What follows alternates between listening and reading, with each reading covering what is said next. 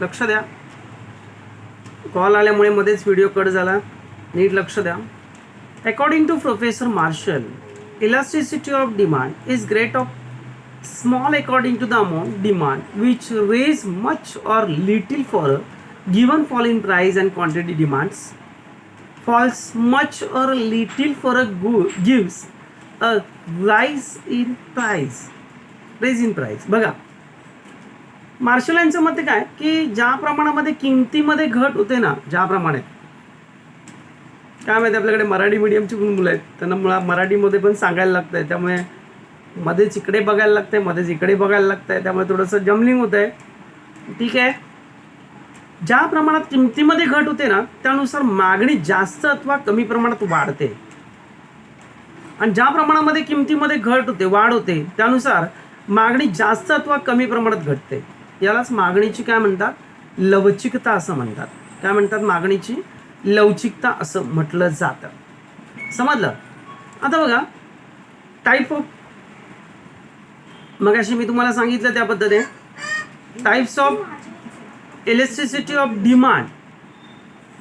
Okay, वरील व्याख्यावरून आपल्याला एक समजतं की it clear from about definition that elasticity of demand is a technical term which describe the responsiveness of change in quantity demand to fall to technical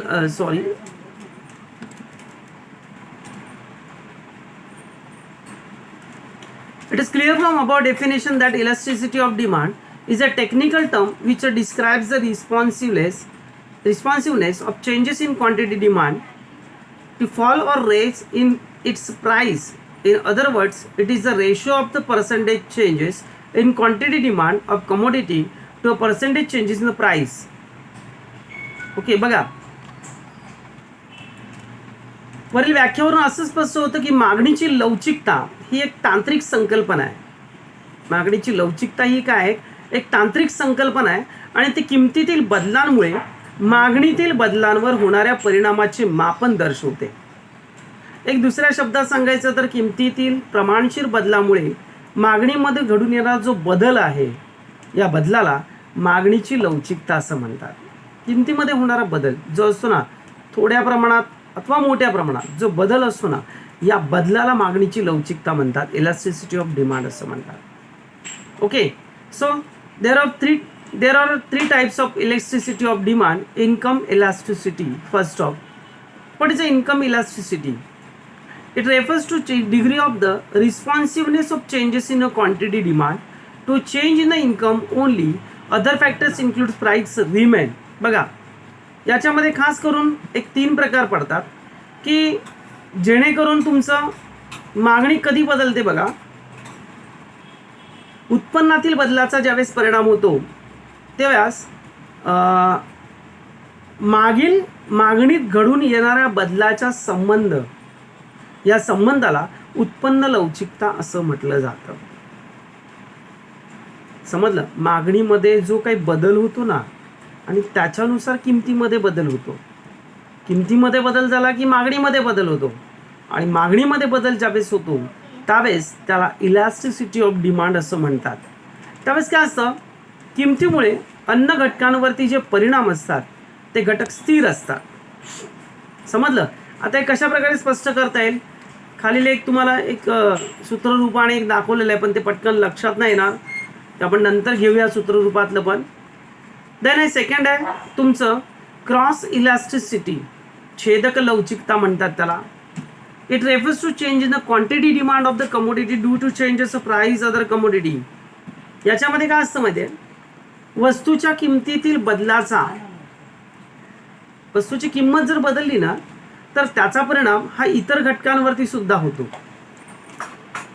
काय, त्याचा परिणाम हा इतर घटकांवरती सुद्धा होतो. That is called a cross elasticity. त्याला छेदक लवचिकता असं म्हटलं जातं. क्रॉस इलास्टिसिटी, छेदक लवचिकता असं सुद्धा म्हटलं जातं. ओके, पेज पलटी करतो जरा, 2 मिनिटं थांबा. थर्ड पॉइंट आहे आपला price elasticity. According to professor Alfred Marshall, price elasticity of demand is a ratio of the a proportionate a change into quantity demanded of commodity to a given a proportionate change in its price. बघा, Alfred Marshall यांच्या मते किमतीतील जो प्रमाणित बदल असतो ना, बदल, या बदलामुळे मागणीमध्ये जो प्रमाणित बदल होतो ना, मागणीमध्ये जो प्रमाणित बदल होतो ना, त्याला मागणीची किंमत लवचिकता असं म्हणतात. बघा, बरोबर आहे ना, किंमत कमी जास्त झाली की मागणीमध्ये पण कमी जास्तपणा येतो ना. अशा प्रकारचा जो बदल असतो ना, त्याला प्राइस इलॅस्टिसिटी आपण असं म्हणतो. आता याच्या पुढचा जो सगळा टॉपिक आहे ना, त्याच्या पुढचा सगळा टॉपिक हा पूर्णतः सगळा ग्राफने आणि सूत्रांनी भरलेला आहे. याच्यामध्ये मोस्ट ऑफ ग्राफ कमीच येतात आपल्याला या धड्यामधले. जे एखाद दुसरे येतात ते आपण नंतर तुम्हाला परत समजावून सांगणार आहोत. लॉ समजावून सांगणार आहोत आपण, नंतर एक ग्राफ समजावून सांगणार आहोत. त्यावेळेस आपण हे घेणार आहोत. पण तरीसुद्धा एक याच्यातला एक शेवटचा जो टॉपिक आहे तो आपण घेऊन टाकूया. म्हणजे काय माहिती, हा धडा आपला इथे थांबवता येईल आपल्याला. एक मिनिट, पेजेस पलटी करतो. हां, लक्ष द्या, पेज नंबर 33. आपल्याला हा प्रश्न येतो परीक्षेला. पेज नंबर 33 वरती. Factors influencing the elasticity of demand, elasticity of demand. Elasticity of demand depends upon the several factors which are discussed below. एक मागणीची लवचिकता अनेक घटकांवर अवलंबून असते. सगळ्यात पहिला आहे nature of commodity. By nature we can classify commodities as a necessaries, comforts and luxuries goods. Demands for necessaries like food grains, medicines, textbook etcetera is relatively inelastic and a comfort and luxury goods like cars, perfumes, furniture etc. demand is relatively elastic. बरोबर. बघा, वस्तूच्या स्वरूपानुसार जीवनावश्यक वस्तू, सुखसोयीच्या वस्तू, चैनीच्या वस्तू असं आपण धरतो, बरोबर ना. ज्या आपल्याला रोजच्या व्यवहारात लागतातच लागतात, या ज्या वस्तू असतात ना, त्या जीवनावश्यक वस्तू, बरं ना, necessaries, that is called a necessaries. Then comforts, आरामदायी, म्हणजे आपल्या स्वतःच्या सुखसोयीसाठी ज्या वस्तू असतात त्या, उदाहरणार्थ चैनीच्या वस्तू, म्हणजे ज्या आपल्याला उगाच नको नसल्या तरी चालतात आपल्याला अशा वस्तू, उदाहरणार्थ कार, परफ्युम्स, सेंट बोलतो ना, अत्तर, फर्निचर्स, असलं नसलं काय सारखंच, बरं ना. यांची मागणी ना लवचिक असते. लवचिक असते म्हणजे काय, कमी जास्त आपण करू शकतो. बघा, आता मोबाईल तुम्ही घ्यायला गेलात, मोबाईल जर तुम्ही घ्यायला गेलात तर तुम्हाला एखाद्या कंपनीचा मोबाईल आवडला, सेम मॉडेल सेम, ऑनलाईन मागवलं तर तुम्हाला 400-500 रुपये कमी मिळतात. एखाद्या दुकानात जर गेलं, मोठ्या शॉप, क्रोमासारख्या किंवा विजय सेल्समध्ये गेलात तर त्याची प्राईस जास्त असते, कारण ती मोठमोठे शोरूम आहेत. आणि एखाद्या छोट्याशा दुकानामध्ये घेतलं ना तर तुम्हाला त्याची प्राईस जेवढी ऑनलाईनला मागवतो ना आपण त्याच्यापेक्षा पण कधी कधी कमी मिळते, तुमचं लक चांगलं असेल तर. म्हणजे याची जी मागणी असते ती तुमच्या डिमांडनुसार आणि तिथल्या लोकॅलिटीनुसार, तिथल्या दुकानदारानुसार, या सगळ्या गोष्टीवर निर्भर करते. पण जर तुम्ही आपल्या सुखसोयीच्या, म्हणजे चैनीच्या सुखसोयीच्या वस्तू, म्हणजे आपल्या रोजच्या ज्या वापरातल्या वस्तू आहेत, नेसेसरी गुड्स ज्याला बोलतो, त्याच्या वस्तूमध्ये फार एकदम थोडासा किंचित फरक असतो. तांदूळ इथे 47 रुपये किलो असतात तर तिथे 48 रुपये किलो असतात. त्याच वाण्याकडे 48ने पण असतात, काही 49ने पण असतात. एक थोडासा सिमिलरली फरक असतो. ही लवचिकता जास्त नसते. समजलं. Availability of the substitute, demand for a commodity will be a more elastic. It's a close substitutes are available in the market. For example, lemon juice, sugarcane juice, etc.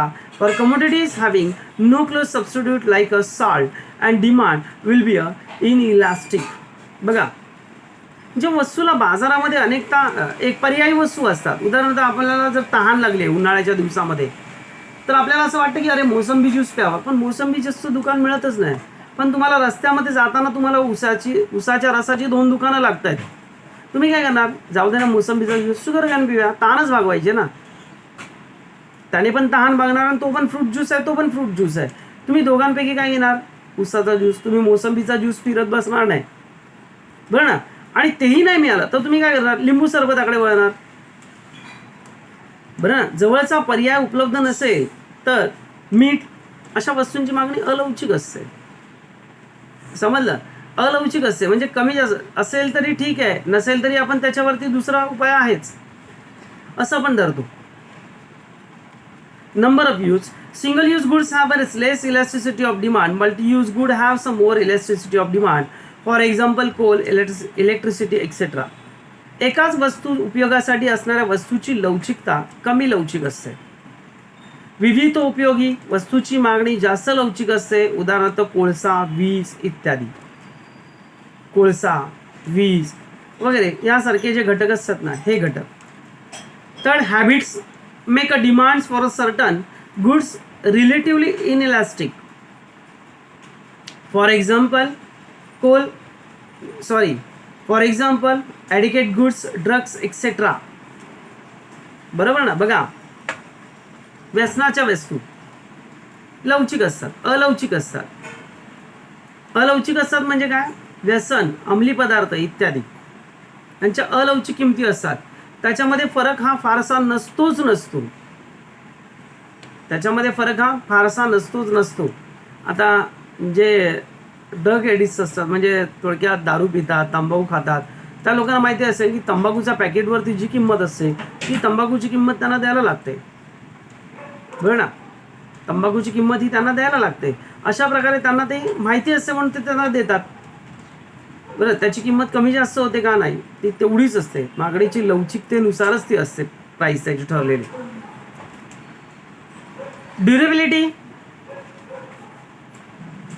Durability म्हणजे the demand for a durable goods is a relative elastic. For example furniture, washing machine etcetera. Demands for furnishable goods inelastic. For example milk, vegetable etcetera. बघा, पाचवं durability म्हणजे टिकाऊपणा. टिकाऊ वस्तूची मागणी जास्त लवचिक असते. मगाशीच मी तुम्हाला सांगितलं, एकदा आपण फर्निचर घेतल्यानंतर ते पुन्हा घेतो का लवकर? नाहीच नाही.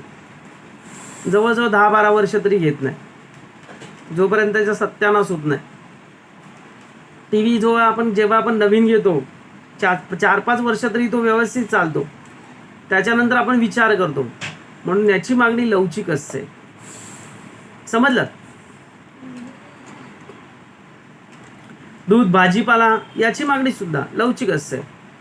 पूरक वस्तू, complementary goods, that is called the demand for a commodity which is a use conjunctions which other commodities to satisfy single wants is relative inelastic. For example, a fall in a price of mobile handset may lead to raise in demand for SIM cards. बघा, उपभोक्त्याच्या वस्तूची उत्पन्न पातळी उच्च असेल तर मागणी लवचिक असते. उच्चभू व्यक्ती ज्या असतात, गरीब व्यक्तीच्या मागणीवर किंमत बदलाचा परिणाम क्वचित करतात. किमतीच्या बदलाचा परिणाम हे काय करतात? क्वचित प्रसंगी करतात. बरं आहे. एक गरज पूर्ण करण्यासाठी अनेक वस्तूंची मागणी केली जाते. बरं ना. उदाहरणार्थ मोबाईलची किंमत कमी झाली तर सिम कार्डची मागणी वाढू शकते. ऑब्विसली सगळे मोबाईल घेणार ना. मोबाईल मोस्ट ऑफ जण घेणार, मग काय होणार? सिम कार्डची मागणी वाढणार. मला याचं सिम कार्ड पाहिजे. अरे नवीन मोबाईल आणला ना, त्याच्यामध्ये टाकायचं आहे. आता बघा ना, तुमचे ऑनलाईन क्लासेस चालू आहेत. जवळजवळ बऱ्याचशा पालकांना भुर्दंड भरायला लागला असेल. 12-12, 13-13 हजाराचे मोबाईल घ्यायला लागले असेल. काय सामान्य पालक आहेत ते कसे घेणार? एक तर लॉकडाऊनचा कालावधी, त्यात मोबाईल घ्यायचे, पालक कामावर जात आहेत काय. मग आपल्या मुलांना शिक्षणासाठी मोबाईल कसं आहे करणार? मग ते स्वतः एक मोबाईल घेतात. आपल्या बायकोकडे एक मोबाईल असतो, त्यांच्याकडे एक मोबाईल असतो. दोघंही कामाला जाणार असेल तर मुलांचे वांदे होतात. मग अशा वेळेस काय करायला लागतं? त्यांना नवीन मोबाईल घ्यायला लागतो. बरोबर आहे. Income of the consumers, demand for goods usually inelastic. If a consumer has high income, the demand pattern of a very rich and extremely good person is rarely affected by a significant changes in the price. बघा, income of a consumers, demand for goods and usually inelastic. कधी कधी उपभोक्त्याची उत्पन्न पातळी उच्च असते तर मागणी अलौकिक असते. बरं ना. उच्चभू व्यक्ती ज्या असतात आणि गरीब व्यक्ती असतात त्यांच्यामध्ये किमतीच्या बदलाचा फार मोठी तफावत असते. उच्चभू व्यक्ती असतात ना त्या काय करतात, हाय क्वालिटीचं सगळं मागवतात, प्रोफेशनली राहतात, ब्रँडेड वस्तू असतात वापरतात, आणि आपल्या ज्या वस्तू असतात सर्वसामान्य लोकांच्या त्या ब्रँडेड या कमी असतात. एखाद दुसरं ब्रँडेड असतं, बाकी सगळं आपण कॉमनली घेतो 50-60 रुपयेवालं तशा हिशोबातलं. बरं ना. Then 8 point, urgency of needs. Goods which are urgently needs will have a relatively inelastic demand. For example, medicines, luxury goods which are less urgent have relative elastic demand. बघा, गरजेची तीव्रता, या गरजा आपल्याला लागतातच लागतात. आता बघा बऱ्याचशा आता क्लायमेटमुळे, वातावरणामधल्या बदलामुळे बरंचसं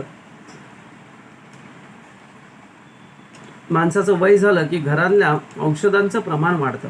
महिन्याला 1-2 हजाराची औषधं लागतातच लागतात. काही काही घरामध्ये त्याहीपेक्षा जास्त लागतात. बरोबर ना. Luxuries good has less urgent relative elastic demand. आता औषधं वगैरे जरी लागली तर आपल्या घरामध्ये एखादा जर आजारी व्यक्ती असेल तर कंटिन्यू लागतात, नाहीतर आपल्याला ते कधीतरी लागतात. जर कोणी आजारी नसेल, हेल्दी फॅमिली असेल तर कधीतरी लागतात. समजलं. मग अशा प्रकारची जी गरज असते याला काय म्हटलं आता, इलास्टिक डिमांड असं म्हटलं. Time period. Elasticity of demand always a related period of time. It's variety of the length off period. Generally speaking, longer duration of period greater will be elastic of demand and vice versa.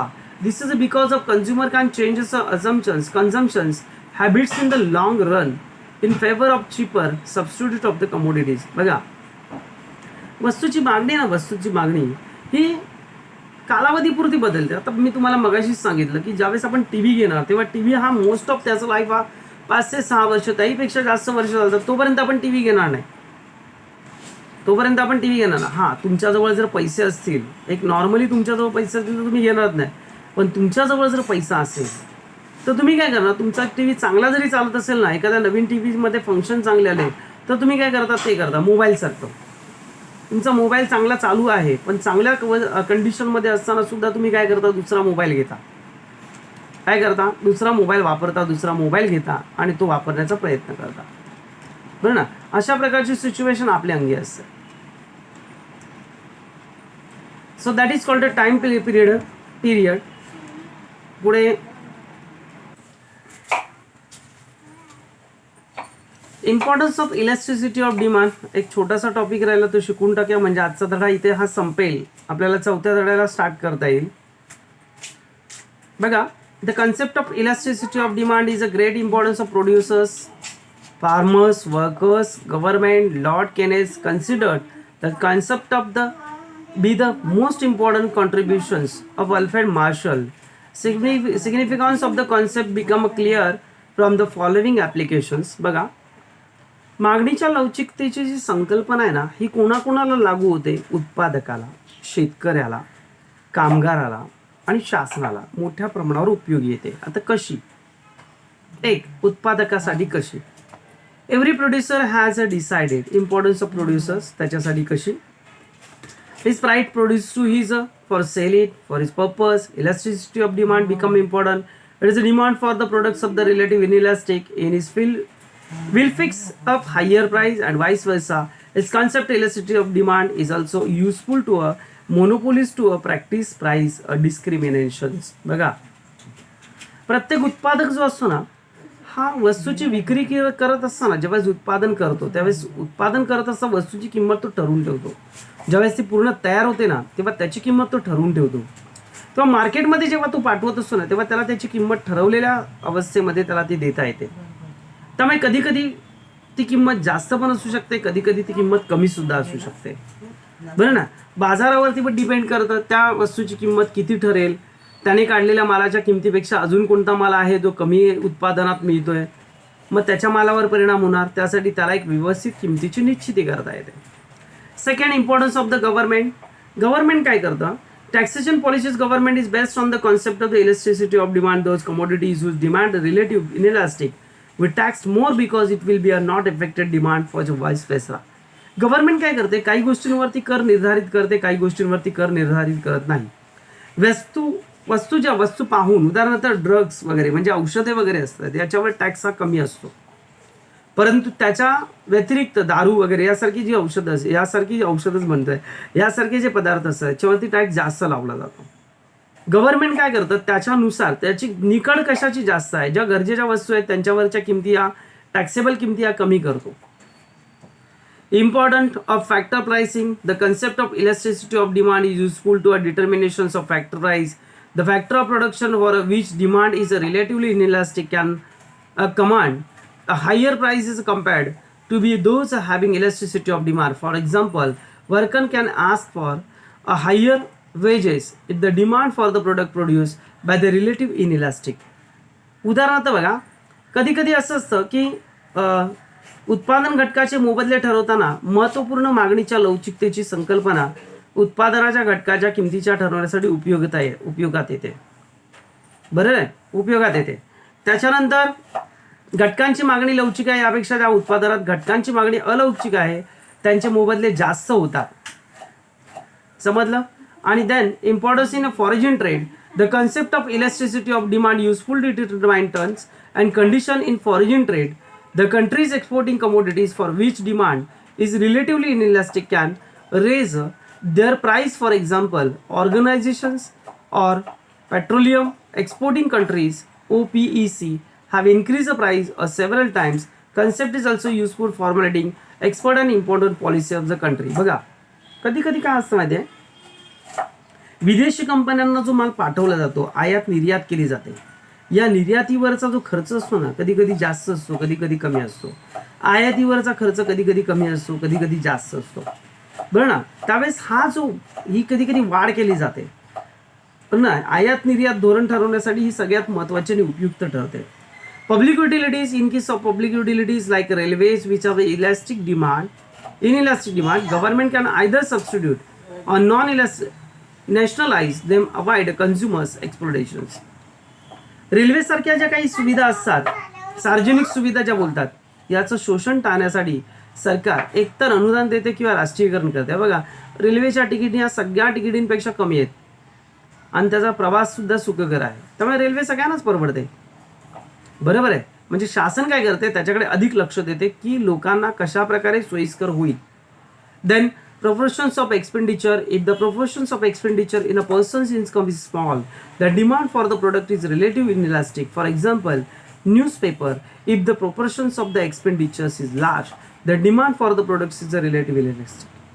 वस्तूवरील खर्चाचं एकूण उत्पन्नाचं प्रमाण जे असतं ते कमी असतं. उदाहरणार्थ वर्तमानपत्रे जेव्हा वस्तूवरील खर्चाचं प्रमाण जास्त असेल तर मागणं जास्त लवचिक ठरते. अशा प्रकारे हा एक थोडासा टॉपिक जो होता तो पण संपलेला आहे. आज आपला हा तिसरा धडा संपला आहे. तिसरा धडा बी पार्ट हा धडा संपलेला आहे. थोडंसं किचकट धडा आहे, समजावताना पण थोडासा किचकट आहे. लवचिकता आणि अलवचिकता याच्यामध्ये मुलांचा गोंधळ जास्त होतो. नेमकं लवचिकता म्हणजे काय, अलवचिकता म्हणजे काय, या सगळ्या गोष्टीमध्ये मी तुम्हाला नंतर परत एकदा ज्यावेळेस आपण ग्राफ समजवणार त्यावेळेस एकदा समजावून सांगेल. आता थोडासा घाईघाईतच घेतला मी, कारण की बराचसा साऊंड होता, बराचसा मोठा झाला आहे धडा, त्याच्यामुळे थोडंसं आवरतं घेतलं. मध्ये मध्ये फोन येत आहेत कोणाचे, त्यामुळे आटपायचा प्रयत्न करतो. ठीक आहे, थँक्यू. पुढे आपण चौथा धडा शिकवणार आहोत नंतर नेक्स्ट. ओके. आता याच्यामध्ये पाठांतर मी देतो तुम्हाला, सेंड करतो पाठांतर पण एक टॉपिक करा. थँक्यू.